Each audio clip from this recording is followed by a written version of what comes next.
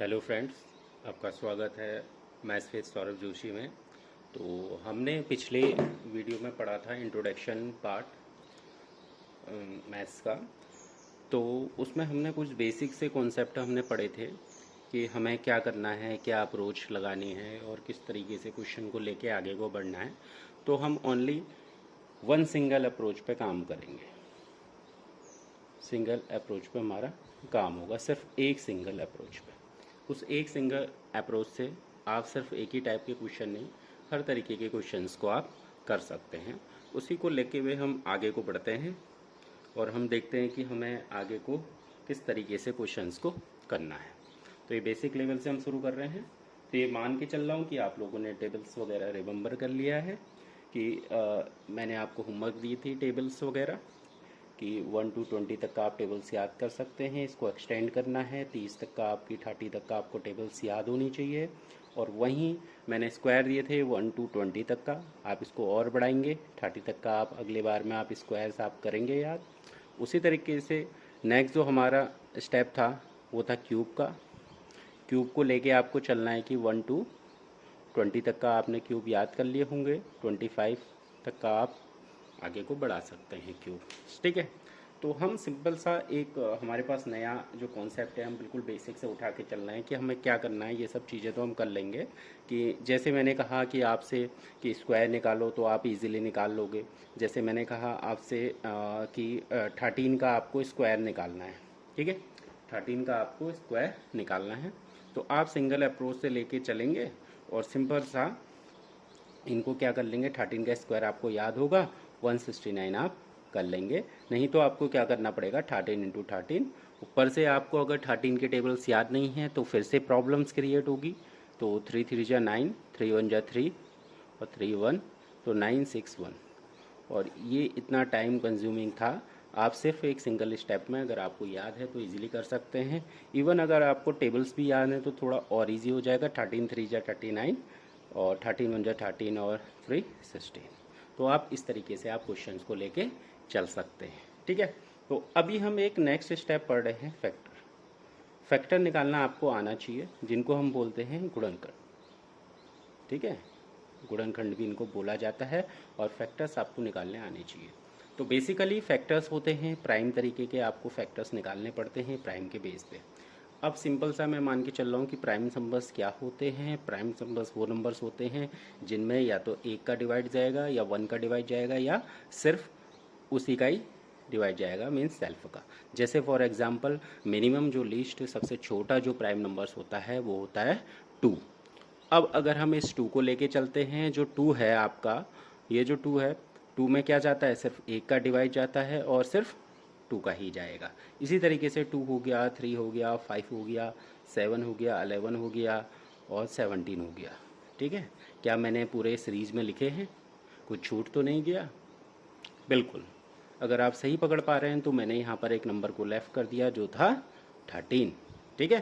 तो इस तरीके से 17 19 23 इस तरीके से हम प्राइम नंबर्स को सीधे दिखा सकते हैं। अब हमें फैक्टर्स निकालना क्यों ज़रूरी है? अब देखो, जो फैक्टर होता है, फैक्टर इसलिए काम आता है, पहले तो आप एचसीएफ निकाल सकते हैं उसकी हेल्प से, एलसीएम निकाल सकते हैं, स्क्वायर निकाल सकते हैं, क्यूब निकाल सकते हैं। तो बहुत सारी चीज़ों में वो काम आता है, इवन इक्वेशंस में वो भी काम आएगा। तो फैक्टर्स का बहुत सारा आपकी लाइफ में यूज़ है। मैथ्स में अगर आप पढ़ रहे हैं मैथ, तो फैक्टर का यूज़ बहुत इम्पोर्टेंट है। अगर मैं फैक्टर की बात करता हूँ, उसको निकालते कैसे हैं, तो सिंपल सा, जैसे कि मैंने बोला आपसे, ये बताओ भाई कि 12 के फैक्टर निकालो। 12 के फैक्टर निकालो। एक तो तरीका ये है कि 12 क्या है, किस किस टेबल्स में आता है। आप कहोगे सर 4 3 जा 12 होता है, 6 2 जा 12 होता है, 12 1 जा 12 होता है। ये तो नॉर्मल फैक्टर हो गए, पर जो एक्चुअली जो प्राइम फैक्टर निकाले जाते हैं उन्हीं का यूज़ हर तरीके के क्वेश्चंस में होता है। ठीक है। अब हम इसमें क्या कर सकते हैं, फैक्टर्स निकालते हैं 12 का। तो उसके लिए हमें क्या करना पड़ेगा, 12 का फैक्टर निकालने के लिए सिंपल सा हम क्या करेंगे, 2 6 जा 12, सबसे छोटा प्राइम नंबर्स लेंगे 2 6 जा 12। और उसके बाद 2 का भी हमारे पास डिवाइड इसमें भी जा रहा है, 2 3 जा 6 और 3 1 जा 3। तो ये हमारे पास हम कहेंगे 12 के 3 फैक्टर हैं, जो आएंगे 2 2 3। तो इस तरीके से हम इसके फैक्टर्स निकाल सकते हैं।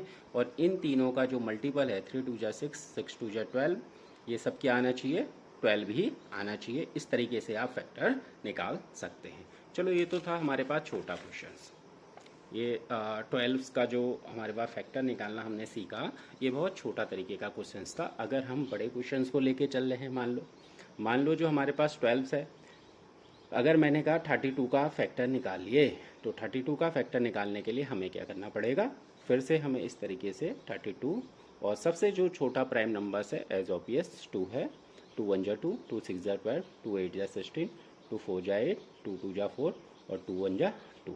और इस तरीके से अगर हम देखें कि 32 के जो फैक्टर हैं क्या आ गए 1 2 3 4 5, मतलब 2 को अगर हम 5 बाय मल्टीप्लाई कर दें तो ये हमारे पास 32 के फैक्टर्स आ जाएंगे।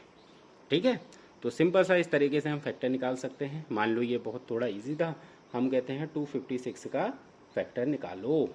ठीक है, फैक्टर निकालो या गुणनखंड निकालो।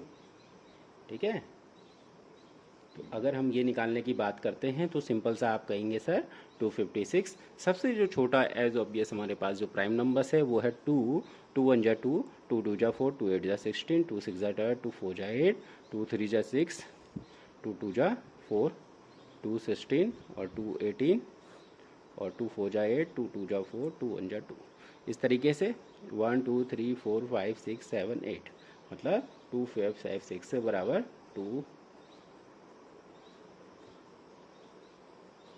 ठीक है, 3, ठीक हो गया। ठीक है, 1 2 3 4 5 6 7 8, 1 2 3 3 3 6 और 2 8। तो ये हमारे पास इस तरीके से हम फैक्टर निकाल सकते हैं। अब आप बोलोगे सर आपका तो आप तो 2 का ही फैक्टर निकाल रहे हो, तो 2 के अलावा भी हम और भी फैक्टर्स का हम यूज़ करके हम निकाल सकते हैं। फॉर एग्जांपल अगर मैं कहूँ 96 का आपको फैक्टर निकालना है तो आप वो 96 लिखेंगे, 2 4 जा 8, 2 8 जा 16, 2 2 जा 4, 2 4 जा 8, 2 1 जा 2, 2 2 जा 4, 2 6 जा 12, 2 3 जा 6, 3 1 जा 3। इस तरीके से अगर आप जाएंगे तो 96 के जो फैक्टर आएंगे 1 2 3 4 5। ठीक है, 1 2 3 4 5। तो ये आपको हमने निकाल दिया, आप फैक्टर इजीली निकाल सकते हैं। अब ये फैक्टर का यूज़ कहाँ कहाँ पर होता है। ठीक है, तो अगर हम बढ़े कि एक हमारे पास टर्म होता है स्क्वायर। ठीक है, जैसे हम स्क्वायर की अगर मैं बात करते हैं, मान लो मैंने कहा 16 का स्क्वायर निकालो, तो आपने बोला सर 16 का स्क्वायर हम सिंपल सा फॉर्मेट से निकालेंगे, जो आपने हमसे कहा था हमें 16 का स्क्वायर याद है, तो हम करेंगे 16 का स्क्वायर सर 256। बहुत अच्छा, आपने बहुत सही टाइम पे ये निकाल लिया। ठीक है, नहीं तो आपको फिर से कैलकुलेशन करनी पड़ी। अब आपसे क्वेश्चन पूछता है कि 256 का क्या निकालो, स्क्वायर रूट निकालो, स्क्वायर रूट निकालो। अब आप स्क्वायर रूट किस तरीके से निकालेंगे, स्क्वायर रूट निकालने के लिए हमें क्या करना पड़ेगा, वही तरीके में आना पड़ेगा जो कि कौन सा है, फैक्टराइजेशन मेथड। ठीक है, फैक्टर मेथड से निकालेंगे। कैसे निकालेंगे, आपको क्या करना है 256 का फैक्टर करने हैं। जैसे 2 1 जा 2, 2 2 जा 4, 2 8 जा 16, 2 6 जा 12, 14, 32 और 2 से किया आपने 16 हो गया, 2 8 जा 16, 2 4 जा 8, 2 2 जा 4, 2 1 जा 2। ठीक है, तो अगर मैं बात करूं 256 की, तो 256 की अगर हम बात करते हैं तो यहाँ पर क्या हो गया, कितने बन गए 1 2 3 4, मतलब 8 बार 2 को हम मल्टीप्लाई कर दें तो हमारे पास आ जाएगा 56। ठीक है, तो अब हमें क्या करना है, स्क्वायर रूट निकालना है। ठीक है, हमें क्या निकालना है, स्क्वायर रूट। अगर मैं स्क्वायर रूट की बात बताऊं तो स्क्वायर का मतलब होता है 2, किसी की भी पावर 2। ठीक है, तो 2 निकालना है। 2 का मतलब क्या हुआ, पावर 2 का मतलब है कि हमें जो फैक्टर जो हमने अभी निकाले हैं, जो प्राइम फैक्टर निकालने हैं, प्राइम फैक्टर इसको आप याद रखना कि प्राइम फैक्टर ही निकालने हैं। तो जो हमें यहाँ पर हमने प्राइम फैक्टर निकाले हुए हैं, इनमें सिर्फ हमारे पास 2 के पेयर बनेंगे। जैसे यहाँ पर एक पेयर बना, 2 बार काउंट हो रहा है, यहाँ पर ये बना, और इस तरीके से हमने ये पेयर कंप्लीट हो गए। और सिर्फ क्या होने चाहिए, सेम होने चाहिए। जैसे 2 का 2 के संग एक पेयर बन गया। जैसे जूता होता है ना, जूते में क्या करते हो आप कि 6 नंबर का शूज़ है और उसके संग जो दूसरा पेयर आएगा, ये लेफ्ट हो गया, राइट वाला भी 6 नंबर का ही आएगा। तो सेम तरह की पेयरिंग होगी। जैसे आप जूता पहनते हो, चप्पल पहनते हो, ठीक है, सैंडल्स पहनते हो, तो जैसे 7 नंबर का आपका लेफ्ट का पैर है, तो उसी तरीके आपके 7 का राइट का भी होना चाहिए, 8 का तो नहीं चलेगा ना, ठीक है। तो इस तरीके से आप 2 इंटू 2 ये आपने फैक्टर बना लिए। अब इन 2 को सिर्फ आप एक बार लिखेंगे, ये भी एक बार और ये भी एक बार और ये भी एक बार, और ये सबको हम मल्टीप्लाई कर देंगे तो क्या आ जाएगा, 2 2 जा 4, 2 जा 8, 2 जा 16। मतलब इसको हम क्या लिख सकते हैं, इसको हम लिख सकते हैं आपका कि 2 जो 56 है इसका जो स्क्वायर रूट होता है, स्क्वायर रूट ऐसे लिखा जाता है, आप एक रूट का साइन बनाएंगे इस तरीके से, और इसको आप ऐसे भी लिख सकते हैं, यहाँ पर 2 होता है 256, जो जनरली होता है इस तरीके से लिखा जाता है, आपको ऐसे लिखा हुआ मिलेगा, या सिंपल सा ऐसा कह देगा कि स्क्वायर रूट निकाल लो या वर्गमूल निकालो कह देगा, ठीक है। तो इसका आ गया 16। मतलब स्क्वायर रूट वही चीज़ हुई कि अगर आप किसी नंबर का स्क्वायर रूट निकालते हैं तो 16 को आप 2 बार मल्टीप्लाई करेंगे तो क्या आ जाना चाहिए, वही नंबर आ जाना चाहिए। समझ में आया। अब ये तो हमारे पास हो गया सिंपल सा मेथड, ठीक है। अब हमें क्या लेके चलना है, ठीक है, अब हमें क्या लेके चलना है, मान लो अब ये तो हो गया 256 का आपने निकाल लिया। सर आपका होगा कि सर ये तो थोड़ा सा छोटा है, बहुत शॉर्टकट तरीका है, ये बहुत छोटा सा लाइन छोटा सा क्वेश्चन था, तो अब हम थोड़ा सा हम टिपिकल निकालने की कोशिश करते हैं, ठीक है। जैसे हमारे पास एक नंबर आया 1225। सबसे पहले तो इजी वे ये है कि आपको इसका अगर स्क्वायर रूट याद हो तो बहुत इजी है, क्योंकि आपके कैलकुलेशन बच जाएगी और टाइम बच जाएगा। और सोचिए जिस क्वेश्चन को करने के लिए आपको ये लंबी पूरी प्रोसेस आपने किया, ये देखो इसमें कितना टाइम कंज्यूम हुआ, जितना ज़्यादा टाइम लगेगा उतना ही एरर होने के चांसेस ज़्यादा रहेंगे, कैलकुलेशन ज़्यादा लगेगी। अब सोचिए आपका ये क्वेश्चन था, आपको 256 का स्क्वायर रूट आता है, तो आप क्या करेंगे, सीधे 16 लिख लेंगे, नहीं तो आपको ये पूरी लेंदी की प्रोसेस आपको करनी पड़ेगी, जिसमें बहुत सारा टाइम आपका वेस्ट बोलूँगा मैं। अगर छोटी क्लास है वहाँ पर तो आपको क्या करना पड़ता है, सॉल्व करके दिखाना पड़ता है, वहाँ आपको याद करने से सिर्फ ये बेनिफिट होगा कि आपका आंसर सही है, सिंपल सा है। अगर आप बड़ी क्लास में पढ़ रहे हो वहाँ सिर्फ ये एक पार्ट है ना कि सॉल्यूशन है स्क्वायर रूट निकालना, तो वहाँ पर आपको ये चीज़ें याद होनी चाहिए, ये चीज़ आप याद रखना। अब जैसे 1225 है, अगर आपको इसका स्क्वायर रूट याद है तो बहुत अच्छा है, जैसे मुझे तो भैया याद है, मैं लिख सकता हूँ सीधे 35, ठीक है। पर आपको अगर याद नहीं है इट्स ओके, कोई दिक्कत नहीं है, मैंने आपको टास्क दे रखे हैं कि आपको स्क्वायर रूट, क्यूब रूट और टेबल्स आपको याद करनी है। तो हम सीधे क्वेश्चन पे आते हैं, 1225 का हमें क्या करना है, स्क्वायर रूट निकालना है। तो हम इसको किस तरीके से क्या अप्रोच लगाएंगे, सिंपल सा हमारे पास एक टॉपिक है, वो है हमारे पास फैक्टर, इसके फैक्टर कर देने, ठीक है, 1225। अब यहाँ पर सिंपल सा आपको एक चीज़ बताते हैं, क्या ये 2 से डिविजिबल होगा, 2 से डिविजिबल होगा, तो नहीं होगा। आप एक काम करिएगा, 2 से डिविजिबल इन तरीके के जो छोटे मोटे रूल हैं उनको अपनी बुक से आप उसको रिवाइज कर सकते हैं, नहीं तो मैं क्वेश्चन बाय क्वेश्चन आपको बताते जाएंगे। देखो 2 से डिविजिबल वही होता है जो लास्ट जो नंबर्स है, क्या वो 5 2 से 2 की टेबल्स में आता है, नहीं आता है, ठीक है। तो अगर ये नहीं आता है तो 2 से नहीं होगा, तो 2 से तो नहीं हो रहा। अब हम 3 पे आते हैं, 3 अगला प्राइम नंबर है, ठीक है। अब ये जो 3 से डिविजिबल होने का जो रूल है, इन जो सब नंबर का जो एडिशन है 5 2 2 1, क्या इन सब नंबरों को अगर मैं जोड़ लूँ, ऐड कर लूँ, तो क्या ये 2 से डिविजिबल 3 से डिविजिबल हो रहे हैं, 5 to 7 7 to 9 8 10, क्या 10 3 की टेबल्स में आता है, आप बोलेंगे नहीं आता है, तो ये 3 से भी डिविजिबल नहीं होगा, ठीक है। तो कभी भी फैक्टराइजेशन में आप कितने भी फैक्टर निकाल लो, ये 2 और 3 से ये वाला जो नंबर है 1225 वाला, ये आपका डिविजिबल नहीं होगा, ठीक है। अगर हम नेक्स्ट स्टेप में चलते हैं तो अगला जो प्राइम फैक्टर आता है, क्या आप बता सकते हो कि कौन सा आ रहा है, तो वो आ रहा है 5। तो 5 से डिविजिबल का सिंपल सा रूल है कि जो लास्ट का जो नंबर है वो 0 और 5 होना चाहिए, 0,5 होना चाहिए, 0/5 होना चाहिए। 0 या 5 में कोई भी नंबर लास्ट का नंबर है तो वो 5 से डिविजिबल हो जाता है। तो हम 5 से करते हैं, 5 2 जा 10, बची कितनी 2 2, 5 4 जा 20, बचा कितना 2 5, 5 5 जा 25। इसी तरीके से अगला और 5 से जा सकता है यहाँ पर, तो 5 करेंगे, 5 4 जा 20 और 5 9 जा 45। अब यहाँ पर क्या है, 5 से तो डिविजिबल नहीं हो पाएगा, हमने 2 और 3 से ऑलरेडी दी दिया। तो 5 से आगे जो प्राइम नंबर्स होता है वो कौन सा होता है, 7 होता है। तो हम 7 से हम ट्राई करते हैं, 7 7 जा 49, 7 1 जा 7। तो 1 2 2 5 के हमारे पास जो फैक्टर्स बन के आ गए हैं वो आ गए हैं 5 इंटू 5 इंटू 7 इंटू 7।